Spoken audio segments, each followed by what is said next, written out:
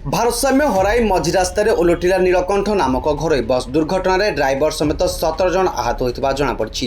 ଆହତଙ୍କ ସଂଖ୍ୟା ଆହୁରି ବଢ଼ିପାରେ। ଏହି ଦୁର୍ଘଟଣା ଭଞ୍ଜନଗର ଲାଠିପଡ଼ା ନିକଟରେ ଘଟିଛି। ବସ୍ଟି ଗୌଡ଼ଗୋଠରୁ କୃଷକମାନଙ୍କୁ ନେଇ ଭଞ୍ଜନଗର ଆସୁଥିଲା। ତେବେ ଦୁର୍ଘଟଣାରେ ଆହତ ହୋଇଥିବା ସମସ୍ତ ଯାତ୍ରୀଙ୍କୁ ସ୍ଥାନୀୟ ଲୋକେ ଉଦ୍ଧାର କରି ଭଞ୍ଜନଗର ମେଡିକାଲକୁ ପଠାଇଥିବା ଜଣାପଡ଼ିଛି। ଦୁର୍ଘଟଣା ସମ୍ପର୍କରେ ପୋଲିସ ଓ ଅଗ୍ନିଶମ ବାହିନୀକୁ ସ୍ଥାନୀୟ ଲୋକେ ସୂଚନା ଦେଇଛନ୍ତି।